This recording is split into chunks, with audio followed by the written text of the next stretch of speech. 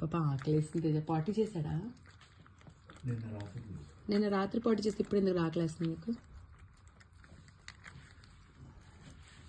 అందుకే అడిగా 3 ట్రీట్లు సరిపోలేదు. కానీ ఇది కూడా కర్రీ నాకుతున్నాడు చూసావా? అవును, కర్రీని నాకుతున్నాడు. ఇంకెందుకు ఈ పెడిగ్రీ?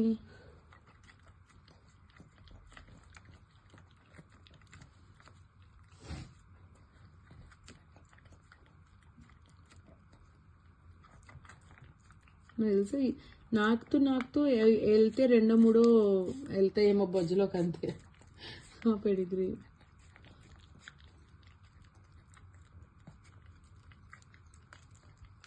పాపం చాలా ఆకలేస్తుంది క్రాంతిడికి. అడిగి తింటున్నాడు.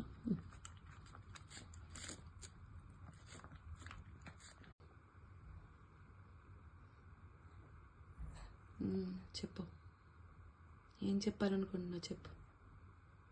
జూసీ, ఏంటి ఆ తోక ఎందుకు అలా ఊగుతుంది? ఫుడ్ ఇవ్వవే ముందర అంటున్నాడు. ఎంత తింటారా? 6 గంటలకు అన్ని తినకూడదు, అర్థమైందా? పొద్దున్నే 6 గంటలకి ఎవరైనా అన్ని తింటారా? పొద్దున్నే అన్ని ట్రీట్స్. నేను ఆఫీస్కి వెళ్తే ఇవన్నీ ఉండవు. నేను ఇంట్లో ఉంటేనే అడ్డమైన గడ్డి పెట్టేస్తాను. అరే ఏంటన్నా అన్నం పొద్దున్నే అన్నం పప్పు కలుపుకొని తిన్నావు, పిచ్చి ముఖం ఆనే తినొద్దా అన్నాడు. పొద్దున్నే అన్నం పప్పు కాకరకాయ కూర వేసుకొని కలుపుకొని తిన్నావు కదా, వేస్ట్ పిల్ల అంటున్నాడు. నేనంటే 24 hours అయింది తిని, వీడికి 8 hours అయింది. వాడు కూడా అంతే కదా.